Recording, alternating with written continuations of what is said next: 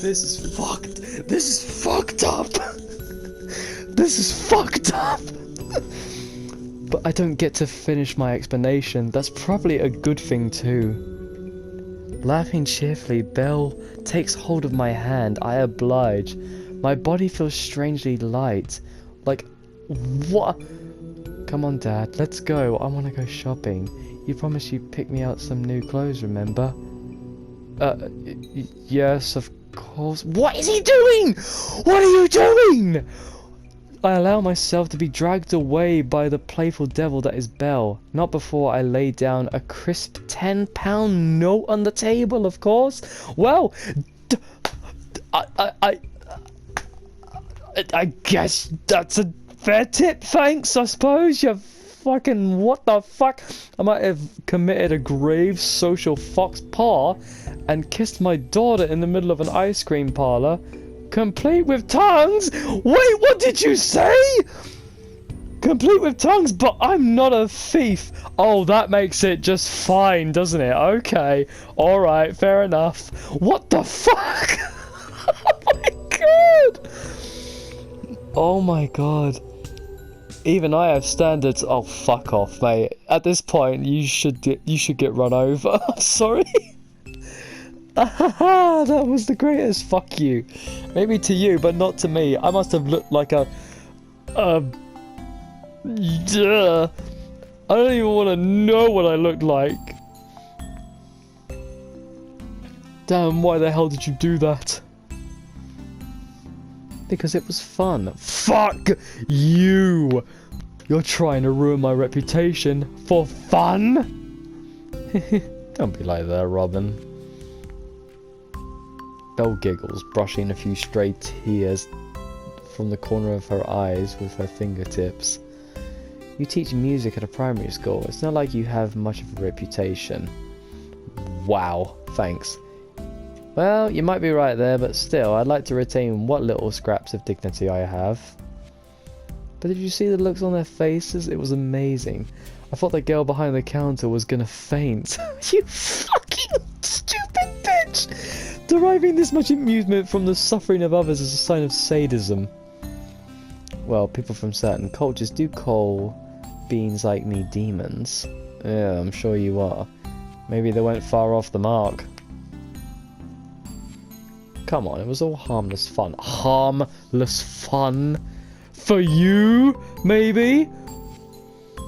You're right, I'm sorry. This is very serious. Great, can you give me my dignity back?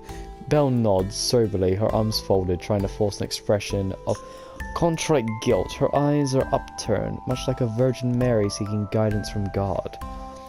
This facade, however, does not last very long. Her shoulders start shaking within seconds, and laughter begins to bubble from between her pursed lips. Hehe, you bitch. You bitch. Ha ha ha ha ha ha ha. She laughed so hard, she toppled over, arms around the middle as though she might explode from the hilarity of it all. She laughs openly like a small child. Her laughter is without grace, discordant and jumbled, but it is precisely because her laughter lacks harmony, so that it is very charming. I don't know if I've ever heard anyone laugh like that before, with quite so much zeal. Though I am shaken by the earlier events, and my face is still beet red from embarrassment, I soon find myself joining in. This man... I want to be mad at her, but I can't. How could I? It would be impossible, especially when she looks so happy. What the fuck? Mate! You are fucked! Do you not realize how fucked you are? Ah, see? Belle points at me, a triumphant smirk on her lips. She wore a similar smirk just after she had kissed me, as though making me as her own personal property. She has! You laughed. I made you laugh. Because the situation is so very ridiculous. What can I do but laugh? I know, right? You shouldn't take yourself so seriously, Robin. You'll get wrinkles. Oh my god, I'd rather have wrinkles than spend a day with you. I already have wrinkles. I know, but more wrinkles. Fuck me. Belle giggles, pressing her hands against both sides of her face. It's because I prescribe a strict diet of at least one amusing experience per day that my skin doesn't sag, no matter how old I get. I'm several centuries old, and I could still pass being 16. Several centuries! What the fuck? What the fuck? Oh my god, are you kidding me? Oh my god, how does she do it? Dermatologists all over the world are baffled. Was that meant to be? What's that meant to be? It sounds like it could be some kind of dumb internet advert. You know what the internet is? Well, duh. How would I be able to live in the 21st century if I didn't know what the internet was? It's a shame you don't know shame. I don't know, I thought that your era might have passed you by since you were busy being a cat. Come on, cut me some slack. I'm a pretty trendy person, even know how young girls wear their uniforms. Well, apparently not. Belle strikes a pose, one hand on her hip, her skirt is still short as ever, catches in the breeze fluttering around her thighs. It's a good thing the two of us vacated to this river, only a short walk away from the main shopping centre. I got tired of various pedestrians looking at us up and down, tutting. No doubt they're like the workers in the ice cream parlour assumed I was Belle's father. Disgusting. I can't just imagine the little old ladies thinking as they adjusted their beige handbags around their shoulders. Beige. How could a father let his little girl out dressed like that? I wish I could have explained to them that I had told her to dress sensibly multiple times, but she doesn't listen. Belle's too wily and willful. Though she isn't sporting her fluffy black ears and tail, she really is just like a cat. She does whatever she wants. God, Belle. I sigh, running a hand through my hair. He does that a lot, doesn't he? What am I gonna do with you? You're impossible. Yep, that's my middle name. Of course it is, you fucking bitch. Speaking of which, I don't know your last name. You never told me. I pause. And I doubt Belle is your real name either. It isn't, but it's a lot cuter than my true title, and easier to pronounce too. It's probably some Latin name. Christ, I hope you're not some kind of Lovecraftian abomination. Hey, I resent the term abomination. That's discrimination. Discrimination against us non-humans. Discrimination, huh? I didn't know spirits were all that concerned about being politically correct. Oh, you'd be surprised. Belle smiles. Just stick with Belle. I like the sound of my name when you say it. Plus, it suits you. What do you mean, it suits me? You like music, right? Don't you think Belle is a cute musical name, as it is less obvious than Melody? You think Melly's name is too obvious? It's Melody, mate. It isn't hard to guess one of her parents plays the piano. Let me put it like that. Sorry. I apologise, though I'm not sure who I'm apologising to. Belle for being so transparent, Melody for giving her a name which, with the gift of hindsight, turned out to be so incredibly unfitting. I guess I've never been very good at naming things. The goldfish I had when I was a kid, Bubbles and Goldie are testaments to that. I like Bubbles. All the more reason we should stick to Belle. Let's keep things simple. Right, simple. I can do simple. That's why I'm spending time with you, Belle. I groan, burying my face into my hands. Simple. Right. My life has been anything but ever since I had the misfortune of running into Belle. No, maybe it started earlier than that. I have the vague feeling that ever since Great Aunt Clara bought that awkward and aloof Belle from a pet shelter, my life hasn't been the same. The kiss in the ice cream parlour right now was just the tip of the iceberg. Fucking hell. People always say black cats are unlucky. I thought that was a silly superstition, but now I feel inclined to agree with them. Oh my god, what if anybody in that ice cream parlor knew me? How would they know you? I'm a primary school teacher. What if one of those kids attended my school? That isn't going to look good. The highly esteemed. I make small quotey remarks with my fingers as I say this. The statement is far too ridiculous for me to say it without any physical indication. It's the blatant, music teacher Mr. Hawkins getting off with a girl who goes to St. Catherine's. Come on, you're overthinking things. I bet nothing comes of it. Are you fucking serious? You bet, but you don't know. There are more primary school rounds here than one you work at. I'm sure nobody knew it was you. What the fuck? Well, you're probably right, but what if? Oh, what if you get run over by a car? What if you contract a terminal disease? What if you fall into a lake and drown when you're trying to rescue a cat who can already swim? That was a low blow. Whatever. I'm just saying, who cares about all that? It's because you humans get so hung up on the countless possibilities that you never do anything. You just what? You just while your lives away as though you're waiting for a bus in a shelter, a bus that will never come. You just need to take life by both hands and go there and do something. Once more, I am humbled by just how much Belle seems to value life. It's strange to me, particularly since Belle isn't a human herself, and by all her accounts, has lived for so long than I ever will. I guess you're more of an optimist than I am. But of course. Belle smiles as though I should go without saying, toying with the strand of her hair. You don't live for as long as I have, and you're a pessimist. Pessimists are more likely to give up without even trying. If only by clinging to the positive attitude, no matter how adverse your circumstances, that can overcome the doubt and worry and fear to be reborn again and again and again. I love being alive, you know. There's so much to see and do, no matter what you humans say.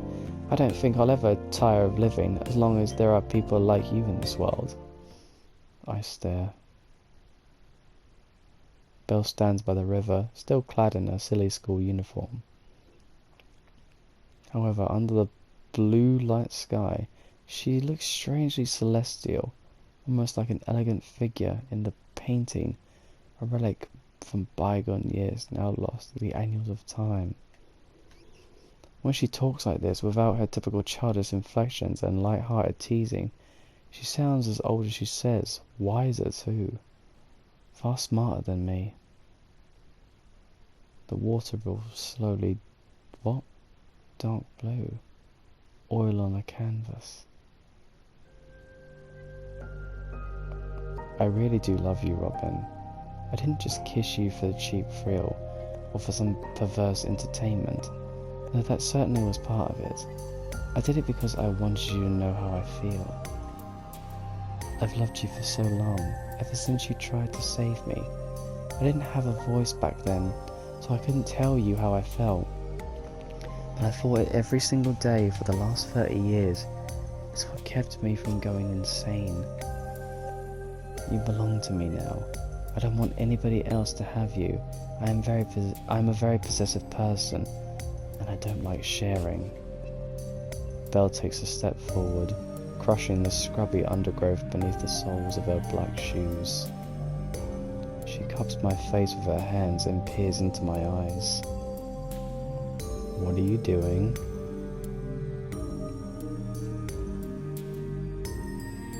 She feels even closer to me now than she did at the ice cream parlor.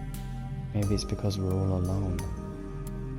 There's nobody to come between us, just my own guilty conscience and her ghostly thoughts, but I soon brush those aside. The rapid beating of my heart dispels all doubts. I feel my eyelids falling shut as though compelled by some greater force. Maybe it's because I've grown up on a cheesy Hollywood romance that dictates during kiss scenes both participants must close their eyes. This is probably quite bad. Probably. Against my better judgment, I think I might be falling for her. Rob, are you mad? And no, it isn't because of the short skirt. I'm glad we cleared that up. It's not every day a man hears a confession that sounds quite as sincere as this. Bill's right. My heart really does belong to her. Well, he's gone. From the moment you tried to save me, our destinies became interlinked. You've already committed to me, Robin. You can't escape now. Just try to leave me if you dare. I'll drag you back each and every time. Oh God. This is it. He's locked in. And where have you been? I was not looking forward to returning home after my rendezvous with Belle, and this is exactly the reason why. Sally sits at the kitchen table, her arms folded, one leg crossed over the other. She glares at me, her eyes narrowed into slits. Given her pose coupled with the look on her face, she could very well be a judge on The Apprentice. A lot of name drops. I wonder if she'll tell me that I'm fired. This is just a big joke to him. Fired from being her husband. Look, I'm sorry, Sally. Oh, that's all you do is apologize. Sorry? You're sorry? You think you could just say sorry? That you'll set everything right, do you? No, of course not. I was caught up with work. Which is a complete and utter lie, but Sally doesn't need to know that. Or rather, I don't want Sally to know that. But I think she sees through me. Though her eyes aren't quite as large and as piercing as Belle's, Sally has always been fairly astute. Work, of course. Let me guess, it was another meeting, was it? I want to retort with a defensive, I really was at a meeting yesterday, but I know I can't. That was only confirmed the fact at this time I wasn't at a meeting at all. Instead, I bite down on my lower lip, unable to say anything. I don't have any words to placate Sally because they're all lies. I know it, and I'm pretty sure Sally does too. She's my wife. We've been married for more than 15 years. I should respect her more than that.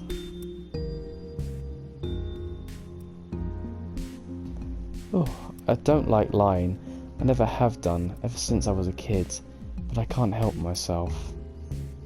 In this situation, the truth would sound far more ridiculous. I'm sorry, I was just having an emotional encounter with a reincarnation of my great aunt Clarice's pet cat. Yeah, that sounds stupid. Like Sally would believe that. I thought you were going to make more of an effort, Robin. Didn't you promise Melly we were going out tomorrow? That's right, I did. I haven't forgotten, Sal. Oh, that's great. It's great that you haven't forgotten about your daughter. Do you want me to give you a round of applause? Maybe a standing ovation? Look, don't be like that. I already told you things have been pretty hectic. I'm kind of stressed out, but I'll do what? I don't want to go out. I want us... Huh? I just want to go out? What do you mean? But I do want to go out. I want us to have fun together like a family. I see. A family, huh? You have a funny way of showing it, indeed. I'm starting to side with Sally more and more. Yeah, well, it's because I'm a guy. Doesn't it come with the territory? Stoic, distant, bad with feelings. Men are from Mars, women are from Venus. Don't think you can get away with your behaviour by spouting Victorian gender politics. Next you'll be telling me about separate spheres and straight-lacing, and then I might really have to hit you. Please don't. As a primary school teacher, I don't condone physical violence. Sally harumphs haughtily, but I think my silly comments were able to slip through the cracks in her armour. At least she looks a little calmer now. I wonder what the word comes from in this scenario. By the by, Melly said where she wanted to go. She did? I must admit, I'm a little surprised. I promised Melly I'd take her out tomorrow. She wasn't entirely expecting what to take me. I'm sorry, I'm falling asleep here. Bloody hell. Expecting her to take me up on the offer.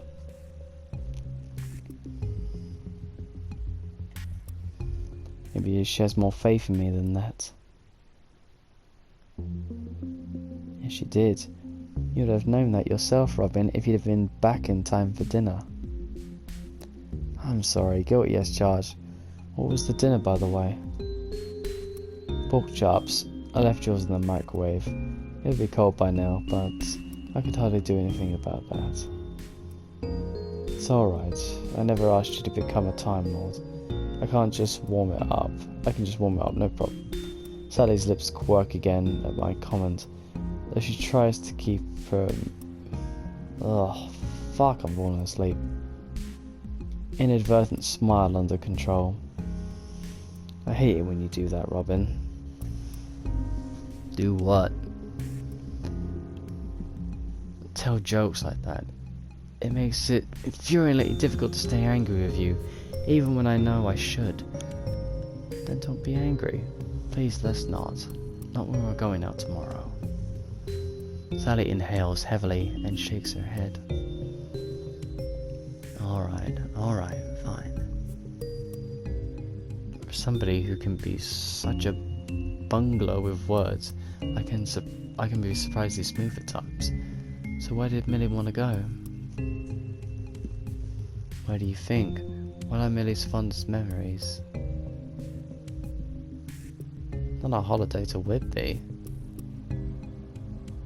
Whitby, more like.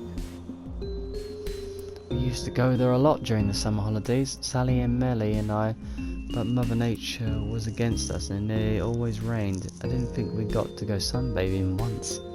Well, that's England for you.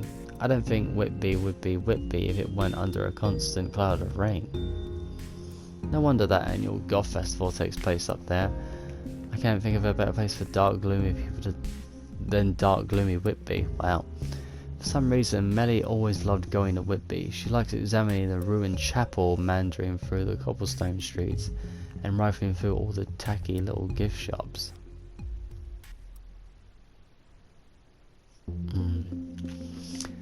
The fact that she never got to swim didn't seem to bother her, probably because Melly doesn't actually know how to. So she can't swim either. Sally and I kept saying we'd take her to a local leisure centre when she was younger, but neither of us ever got around to it. In any case, I think Millie would have enjoyed Whitby far less if she ever managed to make it into the beach. I went to Cornwall a couple of times in the past.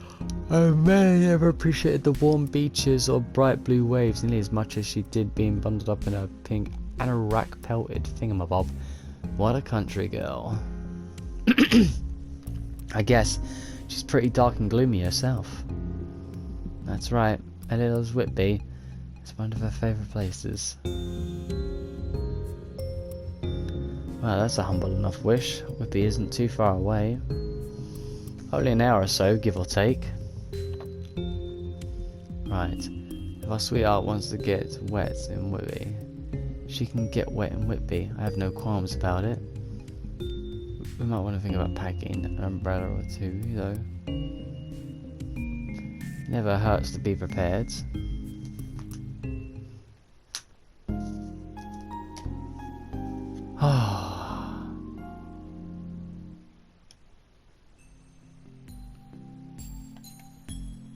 Okay.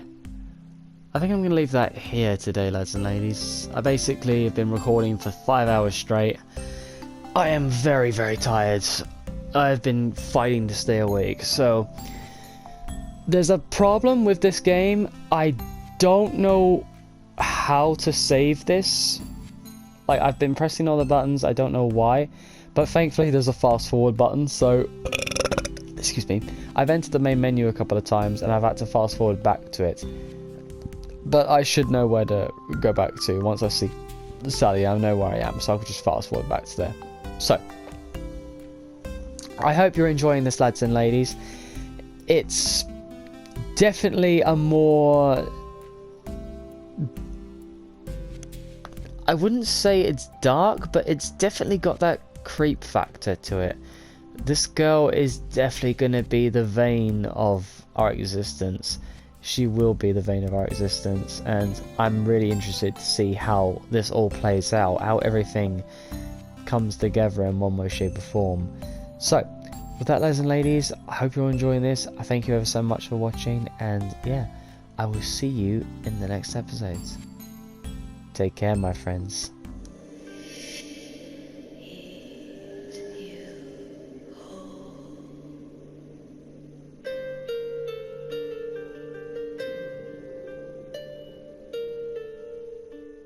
Okay, I know what you're all gonna say. Dude, you could have just like pressed the save thing right at the bottom right there. Well, there's a problem. With my TV, it's slightly zoomed in and there was nothing in the options where I could like zoom out, so I couldn't really see what I was looking at on my screen, unfortunately. Honey, you mean